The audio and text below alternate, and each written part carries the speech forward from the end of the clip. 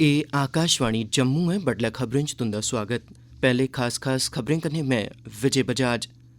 Lieutenant governor Manoj Sinha होरें Covid task force, deputy कमिशनरें ते एसपीएं कन्नै मीटिंगां लाइयै कोविड सरबंधी स्थिति दा जायजा लैता। उनें औने आह्ले हफ्तें दौरान 15 लक्ख बाद्धू लोकें दे टीकाकरण दा लक्ष्य निर्धारित कीता है। जम्मू कश्मीर च आक्सीजन दी पैदावार आह्ली समर्थ गी बधाइयै 66,000 LPM कर दित्ता गेआ ऐ। बड़ी तौलें गै एह् समर्थ होर बधियै 90,000 LPM तगर पुज्जी जाग। लेफ्टिनेंट गवर्नर होरें जम्मू हवाई अड्डे थमां रातीं दे बेल्ले आह्ली हवाई डोआरी सरबंधी सेवा गी शुरु करोआया। उनें आखेआ जे एह्दे कन्नै मकामी अर्थबवस्था गी बढ़ावा मिलग ते सैलानिएं दी आमद च बी बाद्दा होग। ते बिजली दी बंड सरबंधी नेटवर्क च तकनीकी ते होरनें मसलें गी हल करने दे मकसद कन्नै बिजली विकास विभाग नै सब्भनें सब स्टेशनें दे तकनीकी ऑडिट ते रख रखाऽ दा हुकम जारी कीता है। खबरें दी तफसील कोला पैह्ले इक अपील। राष्ट्र ने 18 ब'रें कोला मती बरेसू दे लोकें गित्तै 21 जून 2021 सवां सरकारी केंद्रें च मुफ्त कोविड-19 टीकाकरण अभियान च तेजी लेई औंदी है। अस युवा श्रोताएं गी सलाह दिन्ने आं जे ओह् टीका लगवाई लैन। साढ़े श्रोताएं गी इब्बी सलाह दित्ती जंदी है जे ओह् सुरक्षा उपाएं च कमी नेईं करन, कीजे कोविड-19 दा साढ़ी जिंदू पर खतरा अजें बी बने दा ऐ। मेहरबानी करियै जेकर बाहर जाना अत्त जरूरी नेईं होऐ तां घर गै रवो ते 4 सखल्ले उपाऽ जारी रक्खो। मुंहै पर मास्क पाओ, समाजी छिंडे गित्तै 2 गज दी दूरी रक्खो, हत्थ ते मुंहै गी साफ सुथरा रक्खने पर मुक्ख ध्यान देओ ते कोविड थमां बचाऽ आह्ला टीका लगवाई लैओ। कोविड मतल्लक कुसै बी जानकारी ते मार्गदर्शन गित्तै तुस राष्ट्री हैल्पलाइन नंबरें पर संपर्क करी सकदे हो। नंबर न 011 2397 8046 ते दूआ नंबर है 1075। हून खबरें दी तफसील कन्नै पूनम डोगरा।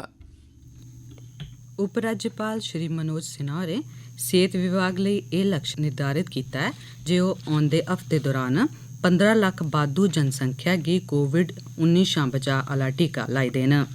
कल जम्मू कश्मीर च कोविड-19 दी मौजूदा स्थिति दा जायजा लैने लेई उनें कोविड टास्क फोर्स दे मिंबरें, डिप्टी कमिशनरें ते एसपीएं कन्नै इक मीटिंग लोआई।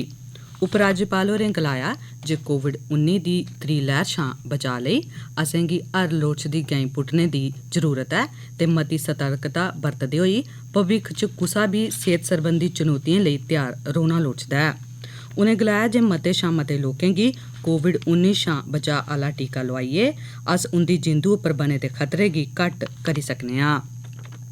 उपराज्यपाल होरें आखेआ जे पिछले ब'रे सितंबर म्हीने प्रदेश च आक्सीजन दी पैदावार आह्ली समर्थ गी 15,000 LPM थमां बधाइयै 66,000 LPM कीता गेआ हा ते बड़ी तौलें गै एह् समर्थ होर बधियै 90,000 LPM तगर पुज्जी जाग। जम्मू कश्मीर च कल कोविड-19 दे 63 नमें मामले दी पुष्टि होई ऐ, जिंदे शा 33 जम्मू खित्ते दे ते 30 कश्मीर खित्ते दे मामले न। जम्मू कश्मीर च कोविड-19 दे पॉजिटिव मामले दी गिनतरी 3,20,403 तगर पुज्जी गेदी ऐ। तोआईं पिछले 24 घैंटे दौरान इस महामारी शा कश्मीर खित्ते दे इक बसनीक दी मौत होई गेई ऐ। जम्मू कश्मीर च 45 ब'रे शा मती उमरी दे 99.28% जनसंख्या गी कोविड-19 शा बचाऽ आह्ला टीका लाई दित्ता गेदा ऐ। केंद्र शासित प्रदेश जम्मू कश्मीर च इक ऐतिहासिक गैंह पुट्टदे होई लेफ्टिनेंट गवर्नर मनोज सिन्हा होरें कल जम्मू हवाई अड्डे थमां रातीं दे बेल्ले डोआरी आह्ली सेवा शुरु करोआई ऐ, जेह्दे कन्नै खित्ते दे लोकें दियां आसां तांगां पूरियां होईआं न। आकाशवाणी जम्मू दे संवाददाता दी रिपोर्ट मुजब लेफ्टिनेंट गवर्नर होरें कल चिरे रातीं आह्ली जम्मू थमां नमीं दिल्ली जाने आह्ली गो एयर दी पैह्ली डोआरी गी वर्चुअल तरीके कन्नै रवाना करवाया। उनें इस सहयोग ते मदाद लेई भारत सरकार ते होरनें बक्ख-बक्ख एजेंसिएं दा धन्नवाद कीता। लेफ्टिनेंट गवर्नर होरें आखेआ जे एह् सुविधा यात्रिएं गी मती राहत उपलब्ध करोआग ते एह्दे कन्नै खित्ते दी अर्थव्यवस्था पर बी बड़ा खरा असर पौग। भारतीय सरकारै प्रोफैसर संजीव जैन होरें गी सेंट्रल यूनिवर्सिटी ऑफ जम्मू दा नमां वाइस चांसलर नियुक्त कीता ऐ। साढ़े जम्मू संवाददाता ने खबर दित्ती ऐ जे भारतीय सरकार दे उच्च शिक्षा विभाग दे अंडर सैक्रेटरी CP रत्नाकरन होरें इक आदेश च आखेआ ऐ जे जैन होरें गी केंद्रीय विश्वविद्यालय दा नमां वाइस चांसलर नियुक्त कीता गेदा ऐ।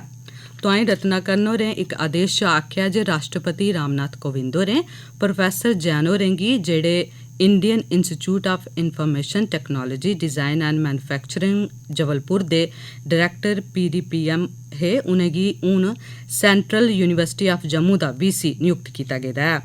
आर्डर च आख्या गेदा है जे एह् नियुक्ति 2009 ब'रे दी सैंट्रल यूनिवर्सिटी कानून दी धारा 2 मुजब उस तरीक कोला लेइयै 5 ब'रे दी अवधि लेई कीती गेदी ऐ जदूं ओह् ओह्दा संभालङन जां उंदी उमर 70 ब'रे दी होग, इंदे शा जो बी पैह्ले होग। एह् गल्ल टकोह्दा करियै दस्सने दी लोड़ ऐ जे प्रोफैसर जैन हुंदे इलावा राष्ट्रपति होरें मुल्ख दी बक्ख-बक्ख विश्वविद्यालयें च 11 होर वाइस चांसलरें दी नियुक्ति बी कीती ऐ। प्रोफैसर जैन होर श्री माता वैष्णो देवी यूनिवर्सिटी दे साबका वाइस चांसलर हे जिनें प्रोफैसर अशोक अहमा हुंदी थाह्र एह् ओह्दा सांभेआ हा। जम्मू दे डिवीजनल कमिश्नर डाक्टर राघव लंगर होरें जम्मू हाट इमारत परिसर जिसी पैह्ले जम्मू कश्मीर बपार सुविधा केंद्र दे नांऽ कन्नै जानेआ जंदा हा दे एल्ले जारी कम्में दी स्थिति दा कल निरीक्षण कीता। इस इमारत च 7 मंजिला 62 दकानां, गड्डियां खडेरने लेई पार्किंग, कांफ्रेंस हाल ते प्रदर्शनी हाल जनेहियां सुविधा उपलब्ध न। सरबंधत इंजीनियरें डिवीजनल कमिश्नरें होरें गी जानकारी दित्ती जे 90% शा मता कम्म सबूरा करी लैता गेदा ऐ जिसलै कि बकाया रौंह्दे कम्म बी तेजिया कन्नै तोड़ चाढ़े जा करदे न। डिवीजनल कमिश्नर होरें गलाया जे इस सुविधा दे चालू होई जाने कन्नै एह् जम्मू च सैलानियें आस्तै इक बड्डा आकर्षण साबत होग। उनें दस्तकारियें ते हत्थ खड्डियें सरबंधी विभाग दे डायरैक्टर होरें गी निर्देश दित्ते जे ओह् ऐसी होर सुविधा विकसत करने सरबंधी संभावनाएं दा पता लान। उनें राष्ट्रीय जरनैली सड़कें पर ते माता वैष्णो देवी जाने आह्ले रस्तें ते होरनें सैलानी थाह्रें गी जाने आह्ले रस्तें पर ऐसे स्टोर खोलने दा मशवरा बी दित्ता। एह् खबरां तुस आकाशवाणी परा सुना'रदे ओ ते हून बाकी दियें खबरें कन्नै विजय बजाज। बिजली विकास विभाग ने जम्मू कश्मीर च बिजली दे सभनें सब डिवीजनें दे तकनीकी ऑडिट, रख रखाव ते जांच वगैरा लेई सर्कल स्तर दियां ऑडिट ते हिफाजती टीमां खडेरने दा फैसला लैता है। बिजली विकास विभाग दे प्रधान सचिव रोहित कंसल हुंदे पास्सेआ कल इस सरबंधै च हुकम जारी कीता गेआ। प्रधान सचिव होरें आखेआ जे बिजली विकास विभाग केईं सारे मसलें दा सामना करा करदा ऐ जिंदे च पराना पेई गेदा ढांचा, बिजली दी बंड सरबंधी समस्यां ते रख रखाव सरबंधी दिक्कतां शामल न। उनें आखेआ जे इनें परेशानियें दे चलदे बिजली दी बंड सरबंधी प्रणाली च विघन पौंदा ऐ जेह्दे करी लोकें गी परेशानियां झल्लनियां पौंदियां न। कंसल होरें मैह्कमे दी इस पैह्लकदमी गी इक खरी गैं करार दिंदे होई आखेआ जे एह्दे कन्नै केंद्र शासित प्रदेश च बिजली सरबंधी ढांचे गी उबड़ा चुक्कने च मदाद हासल होग। करसानें ते आम लोकें गी बी प्रधानमंत्री किसान ऊर्जा सुरक्षा उत्थान महाअभियान यानी PM कुसुम योजना बारै जानकार बनाने दे मकसद कन्नै जम्मू कश्मीर ऊर्जा विकास एजेंसी पास्सेआ कल रजौरी आह्ले कांफ्रेंस हाल च इक ध्याड़े दे जागरूकता शिविर दा आयोजन कीता गेआ। आकाशवाणी खबरें कन्नै गल्ल करदे होई रजौरी दे डिप्टी कमिश्नर राजेश कुमार शवन होरें आखेआ जे पैह्ले गेड़ दे तैह्त सूरज दी तपश कन्नै चलने आह्ले 5000 सोलर पंप लाए जाङन जिंदे चा 2500 सोलर पंप इस्सै माली ब'रे दौरान लाने दा निशाना मित्थेआ गेदा है। कुसुम जो स्कीम है जिसमें इरिगेशन के लिए जो मोटर पंप मिलने हैं जो सोलर बेस्ड होंगे उसके अवेयरनेस के लिए था। इस जिले के अंदर बहुत पोटेंशियल है, यहाँ इरिगेशन की लोगों को दिक्कत है, इसलिए मैंने रिक्वेस्ट की थी CEO जैकेडा हैं मैडम बबीला रखवाल, वो यहाँ खुद आई हैं और हमने यहाँ कैंप रखा है। रियासी दे समाज कल्याण विभाग ने artificial limbs corporation of India दी सांझ भ्याली कन्नै दिव्यांग लोकें आस्तै सहायता ते सहायक उपकरण प्रदान करने लेई इक समाजिक अधिकारिता शिविर दा आयोजन कीता। कैंप दा आयोजन स्पोर्ट्स स्टेडियम च डिप्टी कमिश्नर चरणदीप सिंह हुंदी निगरानी हेठ कीता गेआ। दक्खनी कश्मीर दे पुलवामा जिले च कल माता ज्वाला देवी जी हुंदा सालाना उत्सव मनाया गेआ। कोविड सरबंधी मानक संचालन आह्लियें प्रक्रियाएं दी पालमा करदे होई पामपोर दे खरीऊ इलाके च इस सालाना समारोह दा आयोजन कीता गेदा हा। हज़ारें दी गिनतरी च श्रद्धालुएं खास तौर पर कश्मीरी पंडितें बधी चढ़ियै एह्दे च हिस्सा लैता ते माता ज्वाला देवी जी हुंदे दरबारै च मत्था टेकेआ। कश्मीरी पंडितें गी इस उत्सव दी मुबारकबाद दिंदे होई मुस्लिम समुदाय दे मुकामी लोकें पास्सेआ इस मौके यज्ञ दा आयोजन कीता गेआ। फौज च फार्मा सपाहियें दी भर्थी आस्तै पंजाब, जम्मू कश्मीर ते लद्दाख दे मेदवारें आस्तै नमें अमृतसर मिलट्री स्टेशन खासा छावनी अमृतसर च 16 थमां 30 सितंबर तोड़ी इक भर्थी रैली दा सरिस्ता कीता जाग। एह्दे लेई ऑनलाइन पंजीकरण लाजमी ऐ जेह्ड़ा 18 जुलाई थमां 31 अगस्त तगर करोआया जाई सकदा है। रैली लेई दाखला कार्ड पंजीकृत ईमेल दे राएं भेजे जाङन। योग्य मेदवार वैबसाइट www.joinindianarmy.nic.in उप्पर पंजीकरण करोआई सकदे न ते दरखास्तां भी देई सकदे न।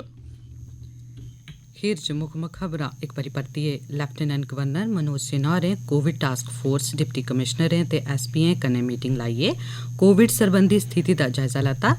उनें औने आह्ले हफ्ते दौरान 15 लक्ख बाद्धू लोकें दे टीकाकरण दा लक्ष्य निर्धारित कीता ऐ। जम्मू कश्मीर च आक्सीजन दी पैदावार आह्ली समर्थ गी बधाइयै 66,000 LPM करी दित्ता गेआ ऐ। बड़ी तौले गै एह् समर्थ होर बधियै 90,000 LPM तगर पुज्जी जाग। लैफ्टिनेंट गवर्नर होरें जम्मू ब्हाई अड्डे थमां रातीं दे बेल्ले आह्ली ब्हाई डोआरी सरबंधी सेवा गी शुरू करोआया। उनें आखेआ जे एह्दे कन्नै मुकामी अर्थव्यवस्था गी बढ़ावा मिलग ते सैलानियें दी आमद च बी बाद्धा होग।